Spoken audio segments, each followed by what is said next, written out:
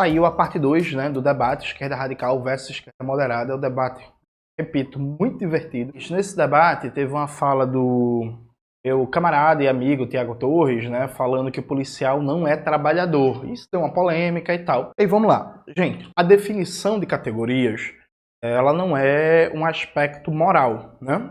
Nem um aspecto moralista. Então, se eu tenho uma formulação do que é ser classe trabalhadora e se determinada profissão se encaixa, né, nessa categoria, se a categoria cobre essa realidade, não importa se eu gosto ou não da conclusão teórica. A conclusão teórica é objetiva. O que é que significa? Por exemplo, volta e meia aparece um debate muito feioso na internet contra o termo trabalhadora do sexo, ou trabalhadora sexual e tal. E aí eu evito entrar nesse tipo de polêmica porque é polêmica de dor de cabeça, né? Vale a pena e tal, mas enfim. Mas veja, é objetivo. Se a pessoa vende a sua força de trabalho para sobreviver, recebe um salário em troca, e ela é destituída dos meios de produção, ela é uma trabalhadora. Ponto. Ponto. O trabalho dela é ser stripper, não muda o fato que ela é uma trabalhadora, viu? É isso. Mas, Jones, tem um elemento moral, estrutura patriarcal, não sei o que, tem tudo isso. Mas veja, o marxismo, a gente tem uma coisa chamada graus de abstração, né? Na análise da realidade, você vai do mais simples ao mais complexo e vai apreendendo, né? Analisando diversas determinações para chegar no seu objeto de análise, né? Para chegar à captação da realidade. Um primeiro nível de abstração é entender, como está definido no Manifesto do Partido Comunista de Marx e Engels, que trabalhador, trabalhadora é todo aquele que é destituído dos meios de produção e precisa vender sua força de trabalho para sobreviver. Está num sistema de assalariamento. Ponto. Todo mundo aqui é trabalhador, não importa nesse grau de abstração, não importa se o seu trabalho é ser pedreiro, fazer casas, é dar aula, é ser motorista, é ser stripper, é ser segurança do supermercado, é ser policial, é ser bombeiro, é ser compositor de música. Você é uma pessoa destituída dos meios de produção e precisa vender a sua força de trabalho para ter uma renda monetária expressa na forma salário para conseguir sobreviver, você é trabalhador, perfeito? Nesse sentido, o policial é sim um trabalhador. O policial é um assalariado, precisa vender a sua força de trabalho para sobreviver e que, se ele não tiver aquele salário, ele não vai se reproduzir do ponto de vista social e biológico. É um trabalhador, ponto. Evidentemente, ao analisar as relações de trabalho, a gente não pode ficar só no altíssimo grau de abstração, dado que, quando a gente vai pensar a divisão social do trabalho em cada país em específico, em cada época histórica específica, existem diferenças muito importantes. Primeira diferença, um policial é um trabalhador improdutivo. Ele não está gerando mais valor diretamente, né? O Estado, ele atua como um garantidor das relações de produção do capitalismo, um garantidor do sistema político de dominação de classe, e o policial é um trabalhador improdutivo do Estado. O trabalhador improdutivo no sentido de que aquele trabalho não está gerando mais valor, não está gerando mais-valia, né? É nesse sentido que é improdutivo, não está gerando mais-valia e nem contribui, inclusive, diretamente para a circulação da mais-valia gerada. Tudo isso são categorias que eu estou simplificando ao máximo e está no livro 1, Capital, de Marx, né? Tem a edição da Boitempo, tem a edição agora da editora Ubu, é só conferir lá. Então, o policial é um trabalhador improdutivo. Só que dizer que o policial é um trabalhador improdutivo diz pouca coisa. Por quê? Porque boa parte dos trabalhadores da máquina estatal são trabalhadores improdutivos. Então, por exemplo, uma assistente social que trabalha num CRAS, ela também é uma trabalhadora improdutiva que não está diretamente participando da geração de mais-valia, é uma funcionária assalariada do Estado. Só que, evidentemente, o trabalho de um assistente social no CRAS e o trabalho de um policial são diferentes, têm funções diferentes, papéis diferentes, estruturas diferentes. Aí a gente entraria no terceiro grau de abstração da análise, né? O policial é um trabalhador porque é um assalariado, destituído dos meios de produção, tem que vender sua força de trabalho para sobreviver. Ele é um trabalhador improdutivo que atua diretamente na máquina do Estado e não participa diretamente da produção e circulação de mais-valia, mas ele é também um trabalhador que tem uma função sociotécnica específica, no âmbito da divisão social do trabalho, ele é um trabalhador do aparato repressivo do Estado. E aí que vem o X da questão. O trabalhador do aparato repressivo do Estado também é trabalhador.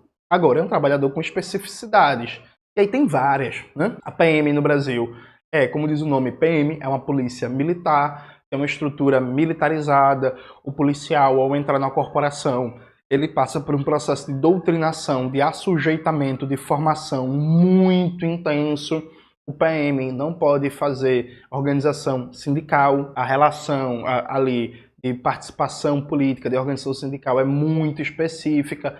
No Brasil, um país de capitalismo independente, saído do escravismo colonial com histórico racista, a função primordial do policial é a repressão e o extermínio da população preta, pobre e periférica. Então tem uma série de especificidades do âmbito do trabalho policial nas condições concretas do Brasil. Perfeito? E aí, vamos sair do debate teórico, vamos entrar no debate mais histórico. Do ponto de vista histórico, a gente teve e muitos policiais militares de baixa patente de esquerda, né? Inclusive, o professor João Quartim de Moraes, ele tem um livro que eu já recomendei aqui para vocês, A Esquerda Militar, da Coluna à Comuna. Eu acho que é isso o título do livro. O professor João Quartim de Moraes, por exemplo, analisa a participação de uma esquerda militar, principalmente Forças Armadas, mas não só, na queda da República Velha, na crise da República Velha e na Revolução de 1930, né? Então, o Brasil ele tem um histórico, sim, de militares de esquerda, de militares nacionalistas, de militares progressistas, inclusive de militares comunistas, né? Antes do golpe empresarial militar de 64, a gente conseguia ter muitas e muitas bases de policiais, de soldados, de sargentos, de praças de esquerda, nacionalistas, democráticos, com perspectivas populares e comunistas. Inclusive, vale dizer, a propósito, que, em particular, o Leonel de Moura Brizola, no pré-golpe de 64, tinha uma base de sargentos que apoiavam ele muito forte mesmo. Evidentemente que essa base de policiais e soldados de esquerda, democráticos, nacionalistas, comunistas, foi expurgada durante os 21 anos de ditadura. E um dos elementos centrais, uma das grandes preocupações da ditadura foi terminar a obra do Góes Monteiro. O Vargas, quando assume o poder em 1930, né, o Góes Monteiro vira ali o chefe das Forças Armadas, né, a grande cabeça militar do período da Era Vargas. E Góes Monteiro é famoso por uma reflexão que é acabar com a política dentro do quartel para fazer a política no quartel. Basicamente, o Góes Monteiro queria acabar com o fracionamento político-ideológico das Forças Armadas brasileiras, que se refletia também nos quartéis das polícias, e porque existiam ali disputas entre militares de direita e militares de esquerda, militares nacionalistas e militares entreguistas, militares liberais e militares marxistas ou positivistas de esquerda e tal. Então, a ideia do Góes Monteiro é acabar com a política no quartel e fazer a política do quartel. A política do quartel é uma defesa do status quo, uma defesa da ordem capitalista dependente. O Góes Monteiro não conseguiu realizar essa obra e ela só foi completa com o golpe empresarial militar de 64, né? E aí sim, aí acabou com a política no quartel, se criou a política do quartel, basicamente acabou com uma ala democrática, nacionalista, anti-imperialista e comunista nas Forças Armadas e na polícia brasileira, perfeito? No pós-ditadura empresarial militar, a gente ainda teve na polícia militar, na polícia civil e até nas Forças Armadas, algumas expressões de policiais de esquerda e por aí vai, democráticos, trabalhistas, petistas, comunistas, mas isso foi se acabando durante os anos 90 por uma série de razões que não dá para a gente debater aqui em detalhes. Fato concreto é que a gente entra nos anos 2000 em que no fundamental existe trabalho de esquerda mais presente na Polícia Civil e em alguns estados. Então, por exemplo, aqui a Polícia Civil de Pernambuco tem um histórico de um sindicalismo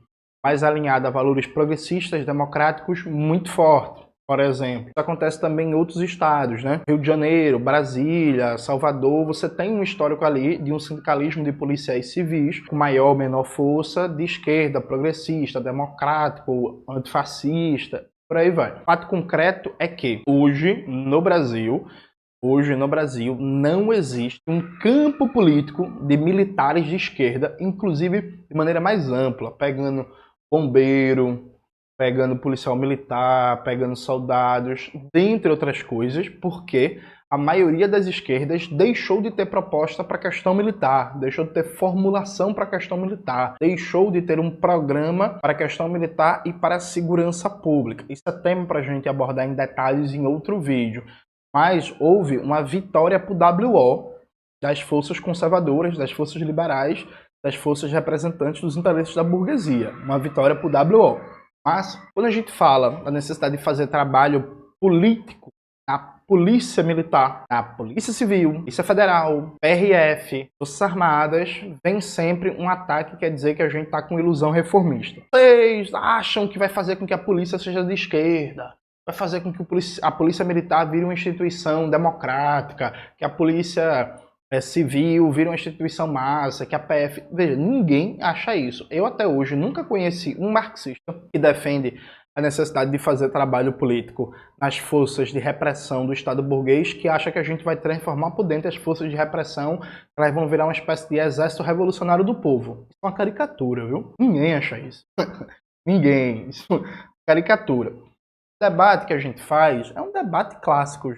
É estratégico para a gente ter trabalho político nos órgãos de repressão do Estado burguês, porque em momentos de aguçamento da luta de classes, a gente precisa ter informações, a gente precisa ter capacidade de influenciar politicamente, inclusive precisa ter capacidade de paralisar a repressão do Estado burguês. A gente não tem nenhum exemplo da história da humanidade de um processo revolucionário ou até de um avanço da esquerda que não passou também por trabalho político nas forças de repressão do Estado dominante. Nunca aconteceu na história. E aí, veja, é isso. Pode brigar com a história. Eu não brigo.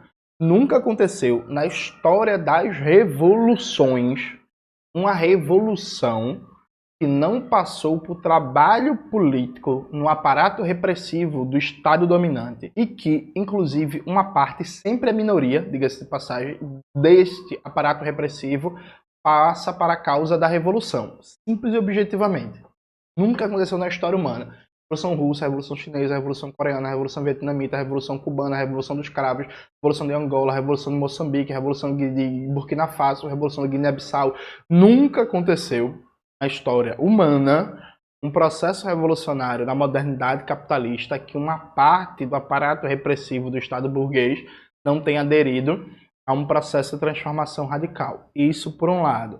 Por outro lado, pensando numa perspectiva meramente reformista, se você quiser fazer um processo de transformação do caráter das forças armadas e das forças de segurança, por exemplo, o governo Brizola, no Rio de Janeiro, em 82, tinha uma política reformista para a questão da segurança pública, tentando fazer mudanças democráticas. O Brizola, com maior ou menor êxito, e aí a avaliação do legado do Brizola na segurança pública está em aberto, né? Acho que se debate isso pouco. O Brizola só conseguiu porque o Brizola continuava tendo uma base muito boa, inclusive na polícia do Rio de Janeiro, né? Então, veja, não existe isso de fazer política, seja por uma política revolucionária, seja até uma política reformista, sem ter base nas Forças Armadas, sem ter base na polícia, sem ter base nos bombeiros, bombeiro militar, né? Não existe, simples e objetivamente. E aí, Jones, existe sim. Você acabou de dizer que no Brasil, nos últimos anos, a esquerda desistiu de disputar esses setores. Pois é, deu errado, diga-se de passagem, viu? Deu errado. Porque hoje, inclusive, a polícia para além de um órgão repressivo, cada vez mais um órgão ideológico do Estado burguês, para fazer propaganda para um programa político da extrema-direita por falta de trabalho político e disputa ali interna. E há espaço de disputa. Não para transformar a estrutura, para fazer a disputa de consciência dos indivíduos que estão lá. São coisas diferentes. Transformar a estrutura, disputar a consciência dos indivíduos. Aliás, do ponto de vista de transformação de estrutura, mesmo aquelas profissões que parecem mais de boa para fazer debate político, como é o caso de ser professor, veja, nenhum professor, a parte do seu trabalho político e sindical na escola, no município, no estado, vai transformar só com o trabalho sindical a estrutura educacional não, viu? Então, enfim, isso vale para tudo no aparato do Estado. Eu entendo que há uma polêmica muito grande sobre fazer trabalho político na polícia, porque em muitos aspectos o trabalho da polícia no Brasil é matar, né? Tem policiais que não querem fazer isso? Tem. Policiais que são massa, entram lá na ideia que eu não vou ser escroto, eu não vou sair matando os outros de graça, eu não vou... Tem. É muito difícil manter essa ideia estando na polícia militar em particular, principalmente. Mas tem. E eu entendo isso pessoalmente, porque assim, meu pai foi assassinado, eu já apanhei da polícia no meio da rua e por aí vai. Mas para mim a questão é muito simples. Não se faz política de acordo com meus traumas pessoais e meu gosto moral. Pode ser que amanhã eu saia na rua e leve um baculejo, um tapa na cara da polícia, ou sei lá, leve um tiro, pelo fato de eu ser preto. Isso não muda o fato de que para fazer a Revolução Brasileira, a gente precisa conquistar setores do aparato repressivo do Estado. Ponto. Ponto. Ponto. Eu gosto disso ou não. Eu acho isso bonito ou feio. E aí eu sempre me apoio no argumento, não é um argumento de autoridade, mas eu acho que um bom exemplo para a gente pensar, que é o Carlos Marighella, no auge da ditadura empresarial militar, ele defendia fazer trabalho político nas Forças Armadas, nos praças e nos setores mais baixos da hierarquia das Forças Armadas, né? Era no meio da ditadura empresarial militar. O Carlos Marighella tinha sido preso, já tinha levado tiro e por aí vai. E o Marighella continuava, óbvio, é indispensável para uma Revolução Brasileira a gente ter bases organizadas nas Forças Armadas, particularmente nos praças. Os oficiais, mais alta hierarquia, bons salários, circulam em salões, mais identificados com a burguesia, eles não estão em disputa, né? Mas os praças estão, né? Os cabos estão. Então, inclusive isso está no livro Chamamento ao Povo Brasileiro, do Carlos Marighella, publicado pela Editora Ubu. Então, se para o Carlos Marighella, no auge da ditadura, era normal você defender o trabalho político clandestino nas Forças Armadas, eu tenho dificuldades de entender por que a gente não faria um trabalho político hoje nas forças de repressão do Estado. Tem, inclusive, movimentos políticos já organizados. Por exemplo, os policiais antifascistas. Eu sei que muita gente não gosta, é hater no Twitter e tal. Eu apoio o movimento dos policiais antifascistas. Por quê? Porque eu acho que a polícia vai deixar de ser uma polícia que está diretamente conectada ao genocídio da população negra? Não, acho não. Porque eu acho que a polícia vai virar democrática? Também não acho não. Eu acho que é fundamental e indispensável ter trabalho político na polícia. Tanto na Polícia Civil, quanto na Polícia Militar, quanto na PF, quanto na PRF. Os motivos que eu acho indispensável, não dá para falar nesse vídeo em detalhes, né? Porque aí eu não vou estar dando um carne a gato, como a gente fala aqui em Recife. A carne a gato é você entregar de maneira desnecessária algo que deveria ser segredo ou que não deveria ser falado em público. Enfim, eu não vou esmiuçar os motivos aqui. Mas para mim, eu trabalho... A história é meu laboratório, viu, gente? É isso. Enquanto comunista, materialista histórico, história é meu laboratório e eu desconheço qualquer exemplo da história de um processo de mudanças mais profundas, seja revolucionária, seja até reformista, que não tenha participação dos militares. E aí, repito, é sempre uma participação minoritária. E a coisa é feita para ser assim. Mas uma participação minoritária faz muita diferença, por exemplo, dentre outras coisas, na hora de ter informação, né? Sabe? E informação, em algumas situações agudas de luta de classe, é a diferença de vida ou morte, né? Assim, é isto. Então, isso para mim, de verdade, assim, é uma polêmica que eu tenho dificuldades de entender, não. Eu entendo o fundo da polêmica, mas aí, às vezes, parece que a radicalidade não é pensada em termos políticos e estratégicos, é pensada em termos verbais. E não estou falando isso para o Chavoso, até porque ele nem desenvolveu o argumento dele, né, no debate. Mas, assim, às vezes a galera tem a impressão que ser radical é um radicalismo verbal. Então, assim, se eu digo que todo policial é um porco fascista, e se eu digo que eu não quero diálogo nenhum com a polícia, que a polícia que se foda, eu tô sendo radical. Veja, eu acho que a gente tem que fazer o combate duro e sem tréguas à violência policial. Tem que denunciar dia sim, dia não a violência policial. E tem que também fazer trabalho político e trabalho sindical na polícia. E para mim não existe contradição nenhuma. Eu não vejo contradição nenhuma em apoiar os policiais antifascistas e denunciar que o papel da polícia hoje no Brasil, e não só hoje, né? Hoje no sentido de que, enfim, a estrutura brasileira é um papel basicamente de matar, prender e humilhar preto, pobre, favelado. Para mim, eu não consigo ver onde está a contradição. É 8, é 80. Inclusive, eu acho isso engraçado, né? Porque, veja, nós comunistas, a gente apoia a organização sindical da classe trabalhadora. Mas não porque a gente acha que sindicato é massa, é porque a gente acha que sindicato é necessário no sistema capitalista, na guerra de guerrilhas entre capital e trabalho. Mas trabalho sindical ainda é um trabalho que se mantém dentro da lógica do capital, né? A luta sindical é uma luta econômica, como diria Lênin, que não transcende os limites do capital. Então, a gente não acha sindicato massa, a gente acha sindicato necessário nessa situação histórica, mas a gente quer conquistar o poder político para que não precise ter mais um sindicalismo no âmbito do capitalismo, tá ligado? Enfim, então as coisas são dialéticas, né? Elas são uma e outra ao mesmo tempo, não que dialética seja só isso, mas vocês entenderam. Então eu não vejo contradição nenhuma do ponto de vista de tática, contradição nenhuma entre você denunciar sem meias palavras a violência policial, papel repressivo da polícia, o genocídio da população negra no Brasil, as barbáries que são praticadas no Rio de Janeiro, em São Paulo, no Amapá, na Bahia, em Pernambuco, em Minas Gerais, no Paraná, etc, etc. E você fazer trabalho político e sindical na polícia, especialmente nos praças e nos cabos, e nas Forças Armadas também, diga-se de passagem, em defesa de salário, de melhores condições de trabalho, contra escalas abusivas, contra assédio moral, contra violências, torturas, falta de apoio psicológico, explosão de casos de suicídio, falta de apoio à família, e coisas do tipo. Eu não vejo contradição nenhuma e eu acho necessário, né? Então, para quem tinha dúvidas, essa é a minha posição. E aí, de novo, não estou apelando para argumento de autoridade, mas minha posição é a mesma do Carlos Marighella. É isso, não é argumento de autoridade. Faça o que se eu concordo com o cara, porra. O Carlos Marighella escreveu ali, que está resumido no livro Chamamento ao Povo Brasileiro, lançado pela editora Ubu, é a minha posição enquanto comunista sobre os aparatos repressivos do Estado. Precisa de atualizações, evidentemente, mas ali é minha posição. Inclusive, eu por pouco não tentei virar, enfim, talvez não tentei não, tentar eu tentei. Eu, por pouco não virei polícia, né? Federal. Em 2018, eu ia fazer o concurso da Polícia Federal, estava estudando muito mesmo, assim, muito, tava meses estudando e tal.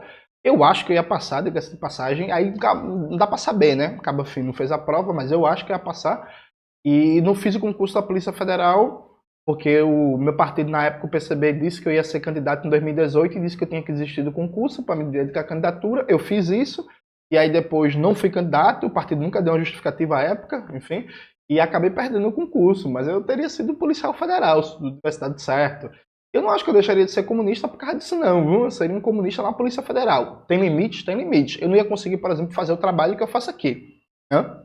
Assim, o Jones Manuel, o comunicador popular comunista, não existiria, né? Enfim, mas para mim sim, policial é trabalhador, um trabalhador com especificidades no âmbito da divisão social do trabalho, que serve fundamentalmente à manutenção das relações de propriedade do sistema de dominação política, mas existem contradições naquele aparato repressivo, como existem contradições em tudo, e a gente precisa sim ter trabalho político dos aparatos de repressão do Estado, o que inclui a polícia e as Forças Armadas. E essa é a posição clássica do marxismo. Eu diria, inclusive, presta atenção aqui, é a posição clássica do anarquismo. O movimento anarquista, historicamente, também tem trabalho político nas Forças Armadas. Mais uma vez, cito o livro do João Coutinho de Moraes, né, A Esquerda Militar, da coluna A Comuna, em que o João Coutinho de Moraes também cita trabalho sindical, não só do PCB, dos comunistas, das Forças Armadas, mas também trabalho sindical dos anarquistas.